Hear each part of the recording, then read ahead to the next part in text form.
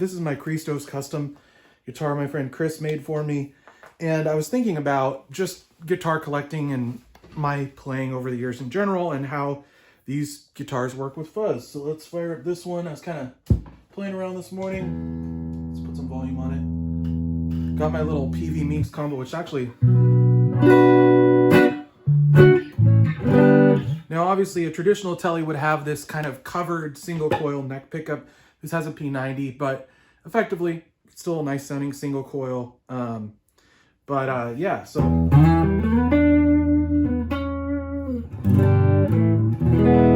nice warm sound. So what was cool about the Telecaster being the first Fender design really that Leo did, obviously there was the Esquire and the Broadcaster and things like that, but you could play such a wide range of different styles of music, right?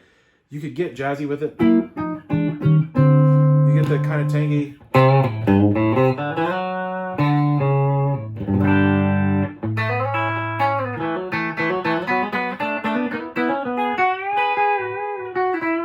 Now, obviously, country music really adopted and sounded great with kind of the bright cutting thing. But what I like about Teles versus like a Strat, which is probably the more universally preferred guitar in the world today, is you've got a hardtail bridge and very easy to dial in. It's going to keep tuning better, especially if you have a floating old school Fender trim. I don't know how many of you had to dial in like old Mexi Strats or whatever and get them all dialed in setup wise, decking it or whatever.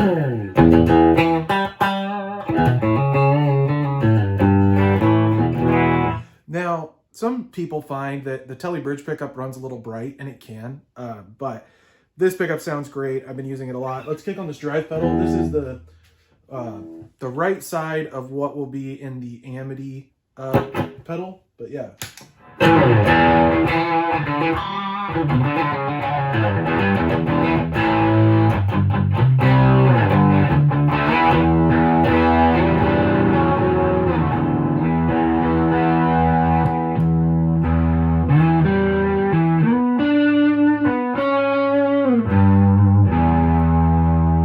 What's cool about this particular guitar that Chris did is that there's 4 positions on this switch, and the last one is this pickup and this pickup in series, which for those of you who are historians might know that that's what Jimmy Page played.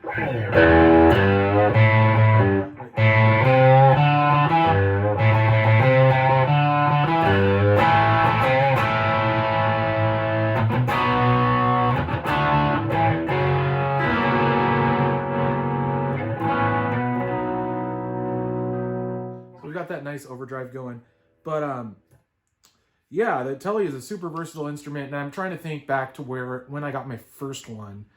I did get my Holdsworth guitar. I posted some pictures recently on Instagram, and I was talking about a bunch of the previous guitars that I'd owned, and what kept happening to me, which was actually really common even today in music stores, at least in my area, there's always a lot of Strats available for good deals, and it was harder to find like a USA standard Tele at the time, which were not that expensive. It's crazy to think back when I was in high school, you know, in 2004, an American Tele was $800, $700, something like that.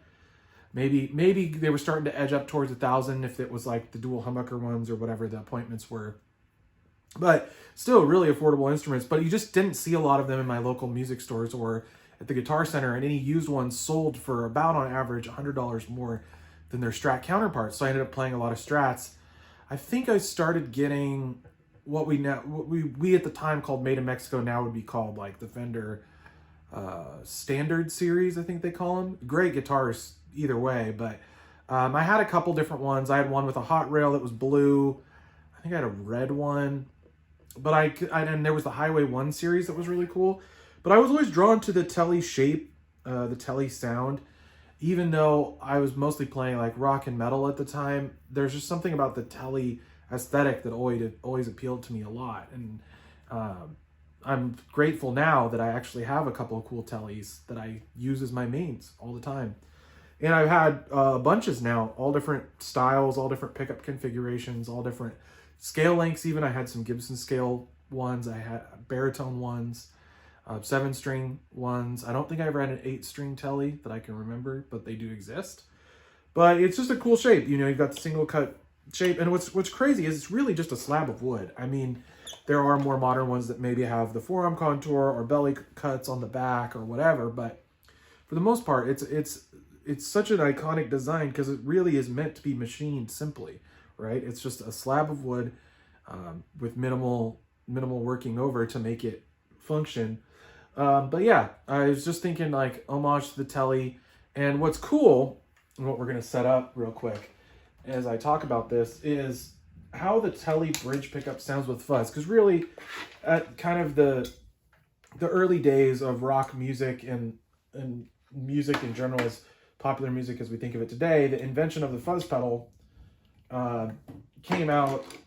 You know, you had the maestros, and then you had fuzz faces and all that stuff, all of which, what's great about the Tele design is because that bridge pickup has some extra bite because of the angling to it, that it cuts through even on a heavy fuzz tone. So what we've got here is a creature pedal, and what am I doing here?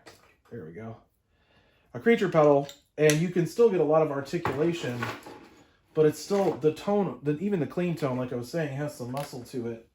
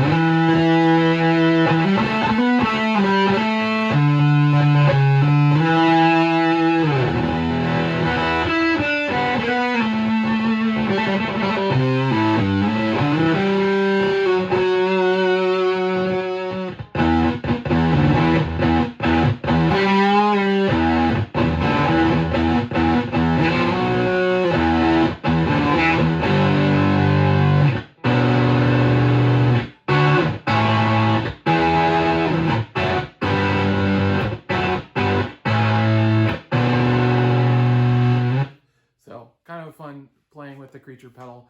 And yeah, it's a bright sound, but it has a lot of cut.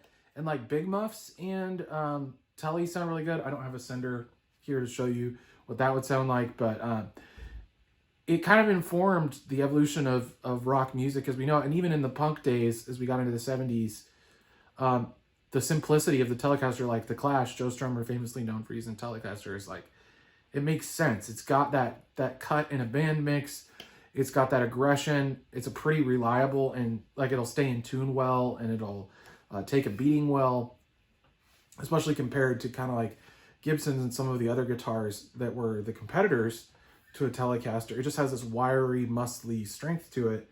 And yeah, it's so cool to see how well even an original, so this is basically, the Tele bridge pickup has existed since I think pre-51, because the Broadcaster and Nocaster, I think there was a few with the pine bodies, but the bridge pickup design has been retained almost identically in every single iteration of the Tele, at least from Fender, up through today. Now, obviously, pickups got hotter, maybe the magnets got moved around, different materials got changed out, but the same basic design principles still exist, which is crazy that it still sounds that good today.